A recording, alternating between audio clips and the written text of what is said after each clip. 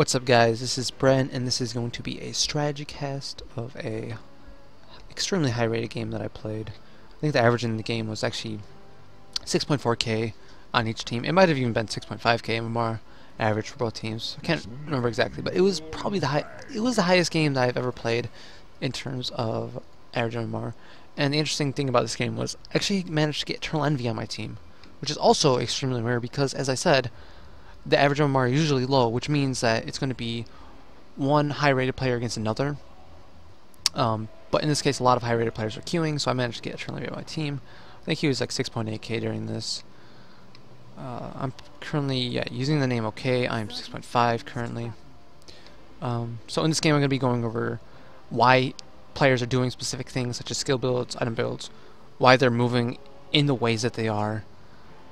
So right now we're kind of just camping the spot. EternalEnvy was actually pinging me to go up in the hill, but I figured that they were like stream cheating or something, or maybe someone had vision, because they weren't showing themselves on the map.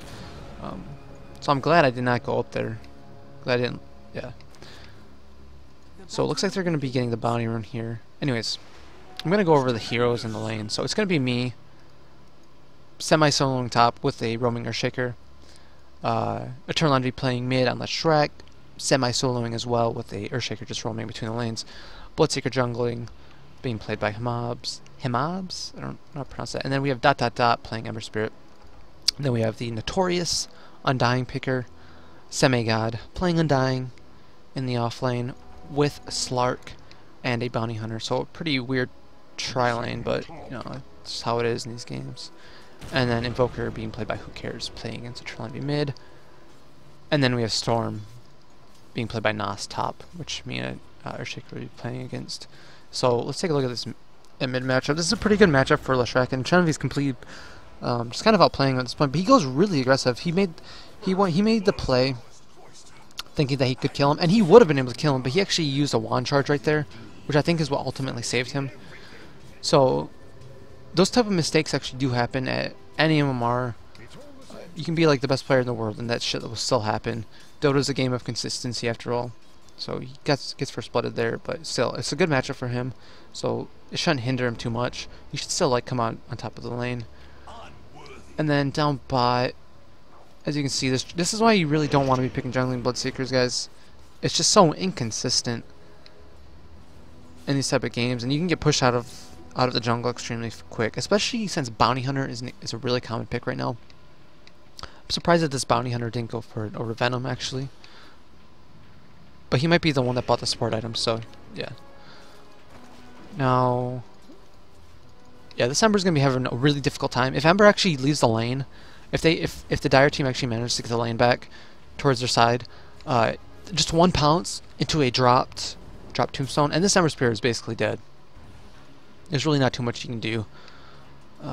He's saving his skill point right now, probably thinking about what he wants to get. Probably contemplating about getting Searing Chains, because that would be the better build if they do end up going for like a dive on him, because you can get the extra hold in place for 2 seconds compared to the 1 second at level 1. And Bloodseeker's just getting chased out still. Let's take a look at mid.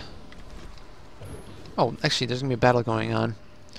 So we have the tombstone going down. Doesn't even matter if they get the kill. They're just zoning the carry out of the lane. This is a really difficult lane for Ember. Can't really do much. I'm surprised he left the tower. But there's that over Venom I was talking about. Bounty Hunter picked it up later, so I guess he was the one that bought the support items. But he sat on gold, and he ended up getting it. So really a strong play, or strong decision making coming up from him. So EternalEnvy doing what he should be doing, coming out here, stacking this. Of course he has to leave the lane for a little bit, but by doing this he's able to get a stack which he can take later. So even if he misses some creeps right here, he'll still be more farmed once he does finally take this, compared relative to actually just sitting in the lane and just like sitting back with like low HP. So we just decide to stack, go back and heal.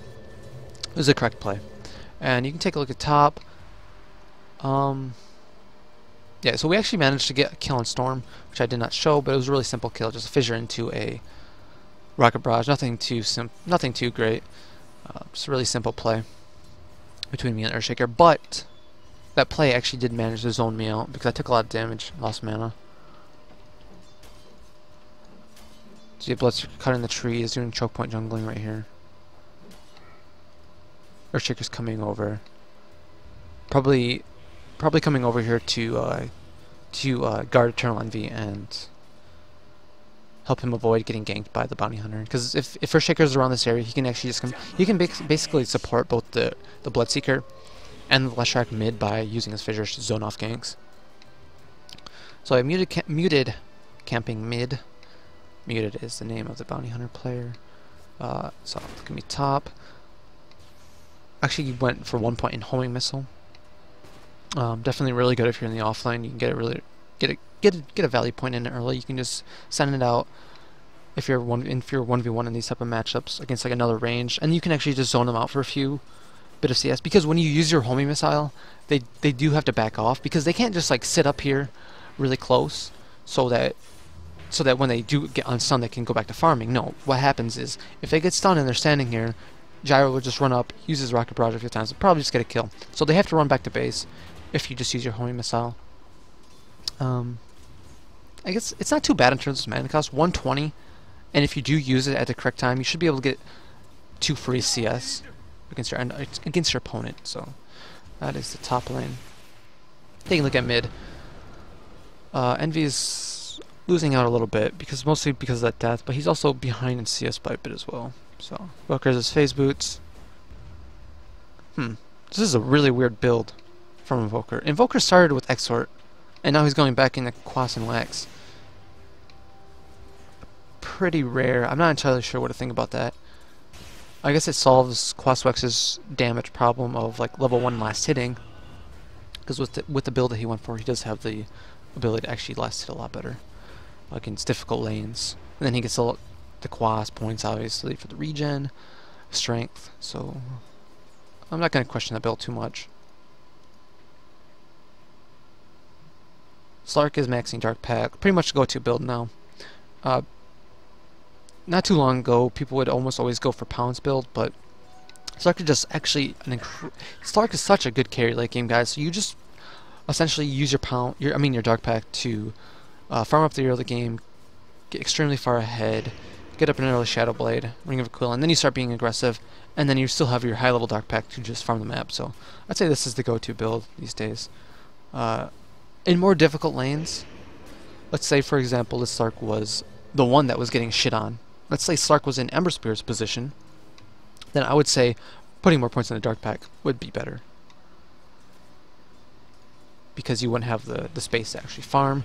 You'd rather want the extra damage with Pounce to actually help in combat with the low amount of farm you have. So throws out a fissure, but no detection. Now the tomb is down. We cannot really fight this, but I actually do manage to TP on the gyro. Throw down a call down. Manage to hit 2. Hitting the tombstone now. It's a pretty easy cleanup. Just put it down. Not too much to say about that. Invoker is down here now though, and he can easily get a cleanup kill on the Earthshaker. But he deems it worthy to just back off. Maybe they might get the Bloodseeker. Let's see if he takes him. If he gets an Orb of Venom hit, no, okay, he didn't get it off. If he got an orb hit off to slow him down into the tornado, he would have died. Okay, no detection on either teams. We're just getting a bunch of invis shit all over. But since I left top, Storm is basically having his own way at top. Says a free lane, he's cutting the wave, getting all the CS, pushing the tower.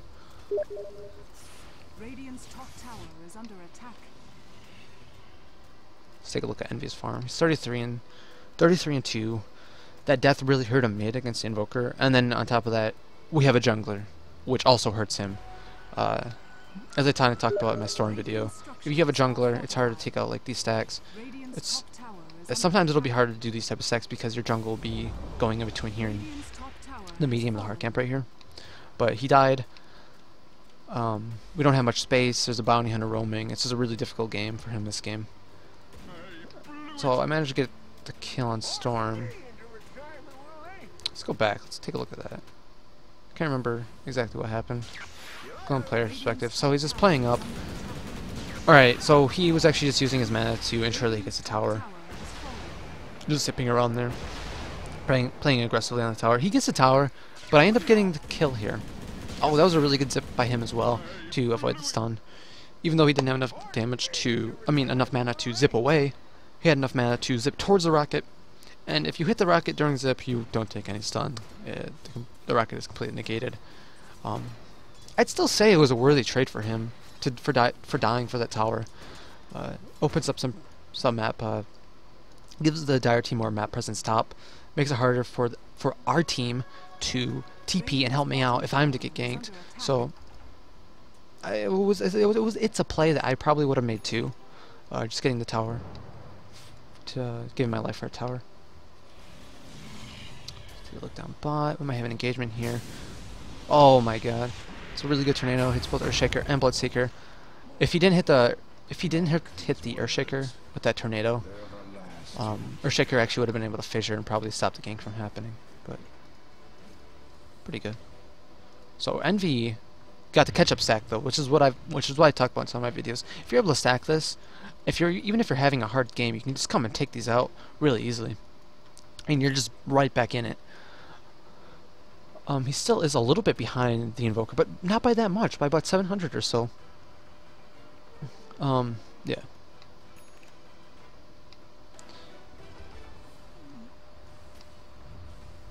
Dire's top tower is under attack.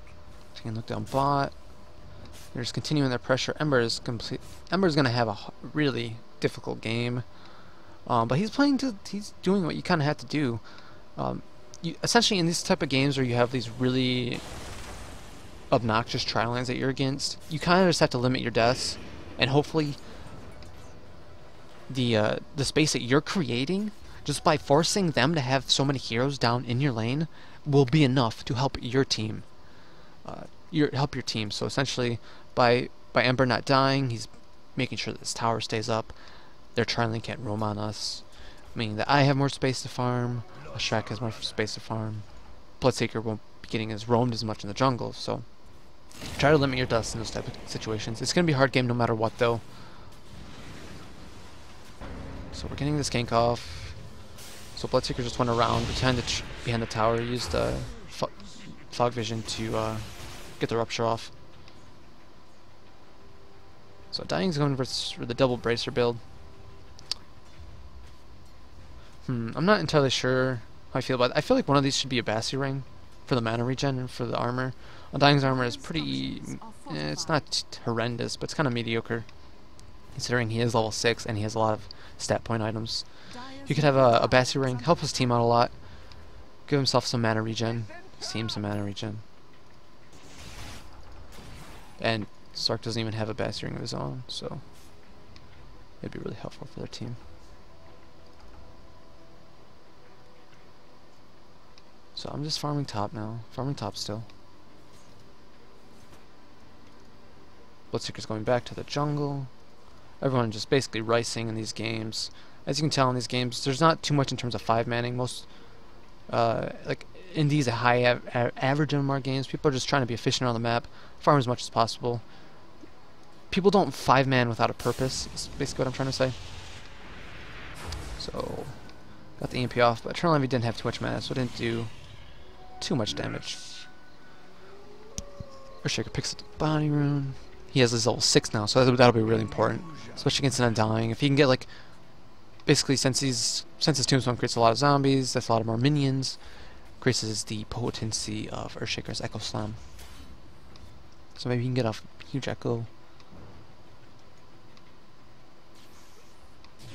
Alright, so they found the Bloodseeker.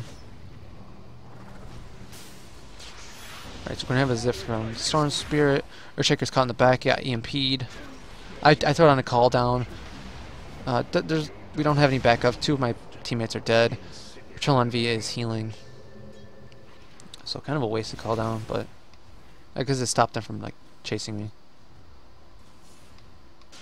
But they're diving anyways. I'm just trying to zone them off Envy.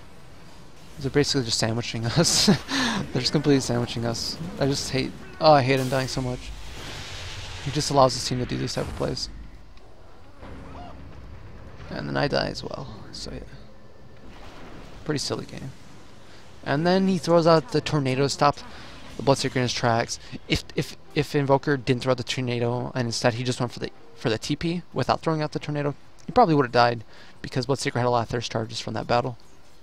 Just two swipes of his auto attack with Blood Rage on probably would have killed him there. Earthshaker's going top, farming out the lane. Even though he's playing a support role, he's taking farm when he can. He's not just sitting around doing nothing. Earthshaker's getting gone on. But yeah, doing a really good job still. Still at 2 deaths against this type of lane. Really strong. And maintaining the tower. You take a look at top. I actually lost our team to the tower, so yeah. So there's complete Hundikus in the jungle. They have early game advantage. They have track now with the tombstone. This is basically like what the Dire team wants to do now is maybe they want to 5-man because they have their actual items up. They have their levels up. I'm hiding in the trees because I can't do shit. If I go out here and I get like, if I get Janada'd, tracked, and then he throws out his toss, and then throws out tombstone, I will die extremely quickly, and we don't really have too much in terms of save at this point. But I have been waiting here long enough that they probably don't even expect that I'm to be here. Bloodseeker got off his rupture, and I just followed up with some spells. Dire's top tower is under attack. Bounty Hunter's running away. The boats retreating because we won that battle. Taking back our jungle. Using this time to farm. Because we got that small victory there. Earthshaker is still continuously farm. You see this, guys? Earthshaker's basically been farming for like the last minute and a half or 2 minutes. And he's already he's at 1300 gold. He's almost at his blink dagger. It's really important when you're playing support Earthshaker that during the time from like early game to mid game transition that you do find somewhere to farm. Yeah, just find somewhere to farm. It's so important that you're able to actually get your blink dagger up for when tower pushes start happening, when bigger team fights, 5v5 clashes start happening. You're able to actually use your Echo Slam. In the really early game, you obviously don't need to be racing that hard on this hero because you're going from lane to lane. The game is more split. You just use your fissure, but still, try and find your farm somewhere. Bloodseeker's getting tracked. Looks like there might be engagement. The classic sandwich play from Undying. They're just running at us, completely running at us. Might be a zoning tombstone here. Bloodseeker throws out his silence, and then I throw it on my cooldown right on top of it. So Undying gets silence, he can't use shit. And then Stark also got silence, took some damage from my cooldown. So weird movement by Invoker there, but I guess he figured that the Ember Spirit would have been able to get him with chains if he went up regardless. Got off a fissure with some dust, but there's nobody there. So kind of a waste of dust. And Storm Spirit is here to clean up. So this is a crazy game. Just some shit happening everywhere. Like we're just pushing here casually, and then like a storm zips in and kills our fucking support in the back. Pushing the tower. Dire's middle tower has fallen. Dying is back mid, making his presence known against Envy. It's like, get the fuck back, man. Okay, I actually don't agree with this build at all. I don't know why. Like, 1 point in Flesh Golem is actually so strong. It's 20% damage amp at level 1, and the max slow is 20%. So if you're on top of someone, you're doing a lot more damage to them for your entire team. You're slowing them, and then you get the heal portion of your ultimate as well. It's like a 1-point wonder, to be totally honest. It's such a good ability. I think you should totally have it. And Soul Rip is also really good. Let's go to his perspective for a little bit when I talk about this. Soul Rip is also really good. It has been nerfed in terms of mana cost, so maybe you don't want to get like a value point really early anymore. Like maybe at level 4, you don't always want to be going for that Soul Rip point now. But still, you want it. You probably by level 8, you definitely want 1 point in it. I don't agree with this build. And he basically only plays Undying. Yeah, I just feel like Flesh Golem and Soul Rip are just so good. That's 1 point in them each. Is this extra 2 points in Decay really worth it? That's my question. And I just don't think it is. I don't think it is. So Storm farming up. He's going for an Orchid this game. I guess, I don't know. Bloodstone right now is so strong. I talked about in my Storm video how you basically only want to be going Orchid these days if you're completely dominating, I'd say. The Bloodstone is really good. especially if you have brawlers like Undying that just go in there, put down their abilities, just sit in the front line. You can actually just sit in the back, kind of rack up your charges, and snowball more. So with the Bloodstone, compared to having the Orchid. But that's my thought on it. He's probably a better Storm player than I am. So what the hell do I know?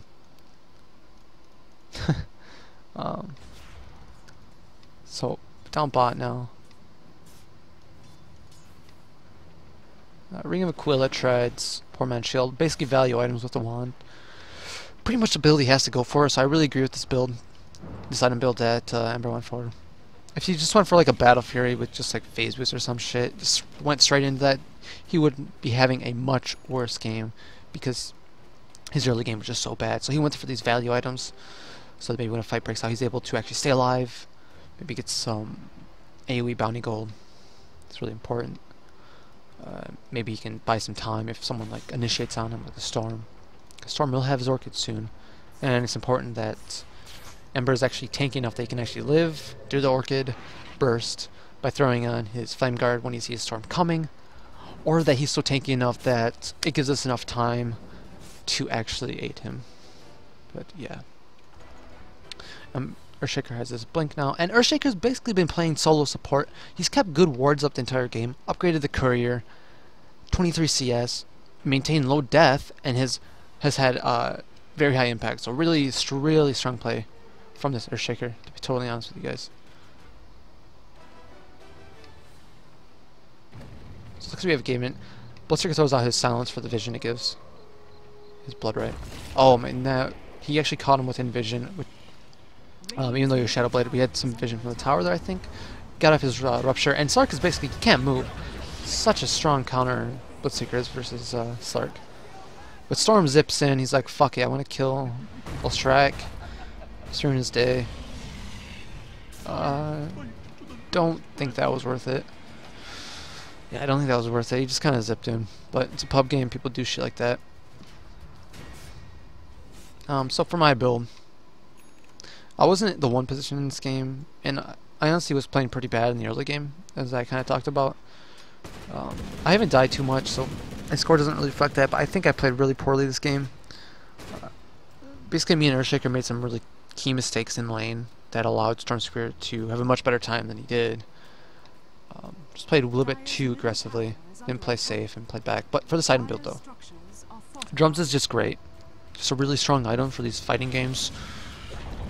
Aquila, value item, going straight into my BKB. If I get a BKB versus this team, I can basically turn on my flag, just run in, throw it on my ultimate, because these are 4 really squishy heroes. I don't need the damage, I just need the survivability. If I'm able to survive and get off a full round of flat cannons, all 6 attacks, then that should be truly enough damage to just win the fight at this stage. Invoker's at 1200 HP, Storm is at 1000, Slark 1100. Bounty Hunter is not even at 800 HP yet. Just kind of surprising. But I guess he is the enemy team's solo support as well. Yeah, so BKB will be good this game. This is Bloodlight. Okay, so we got some weird graphics bug going on. Bloodlight just will not go away. It looks kind of cool, I guess.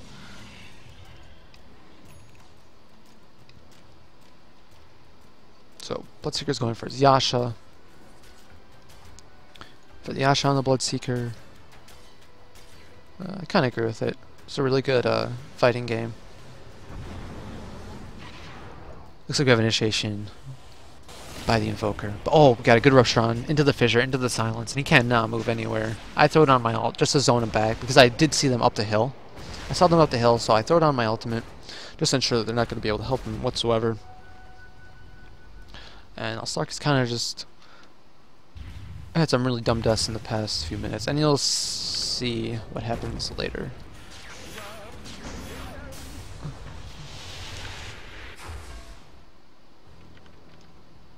Going for this push.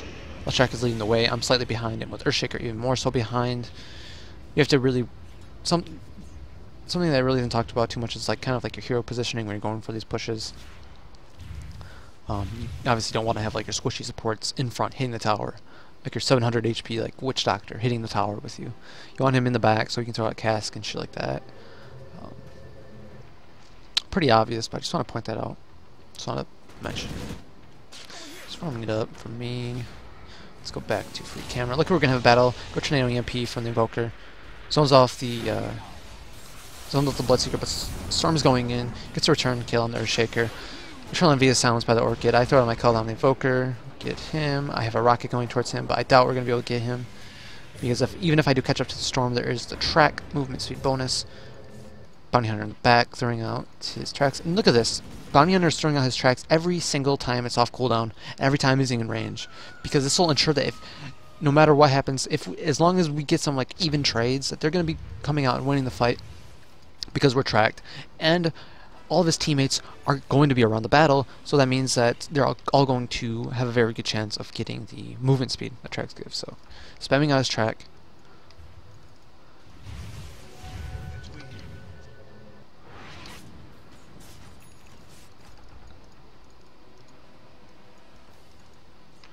Slark is playing back. I really think Slark should almost always get an Aquila. It's just so great in terms of the damage it gives, the mana regen it gives, the armor, it's an aura. Oh, such a great item. I do not agree with this. One of these items should be an Aquila. Either the bottle or the Poor Man's Shield. The wand is really nice. I'd say you probably don't really need a bottle on this hero if you have an Aquila, because it's like, when you think of like the efficiency that mana regen gives you, just raw mana regen, just like a static value, not a percentage, it's stronger on heroes that have lower mana abilities, because that's a larger that mana regen is a larger percentage of the actual amount of mana that they have to use to activate their abilities. So it's stronger on Slark. He really doesn't need that much mana regen, or he should almost always have enough mana regen to get really efficient farming off with Dark Pact. With just an Aquila, I don't think the bottle was needed in this case. Could easily have been Aquila. Oh, and obviously he doesn't need the doesn't really need the bottle HP regen because well, his ultimate gives him regen, obviously. So we have some weird ass bugs going on here, guys. We have this EMP just going off forever, and we have this blood rate going off. Oh, it actually went away. Maybe it's because we lost vision. Throwing on by rocket on the bounty. Okay, this is actually really weird play by us. Like, we were going over here. We were being so dumb. We were like, okay, where's the bounty hunter? He's over here somewhere, right? But there was a rocket going towards him. There was a rocket going right towards him. Oh my god. So silly. Radiant's middle tower is under attack. So gets a good rupture from the low ground, from the high ground. Right as he sees him, Earthshaker immediately goes in, throws out a fissure, throws down his enchant totem to get the other extra stun and damage in. And really easy skill by Slark. And at this point, the game is essentially over, guys. I think this is where I will be ending it, because Slark says, fuck it, I am done with this game. He sells all those items, buys couriers.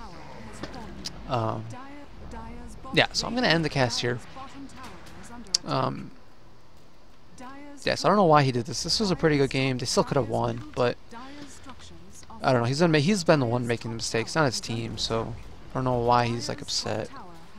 So I'm just gonna do that. Should have muted him during the game, but you can still mute during replays, which is a really nice feature. Thanks for watching, guys. If you like this video, remember to subscribe. This has been Bren. Like the video. Appreciate it. It helps me out a lot. See you guys later.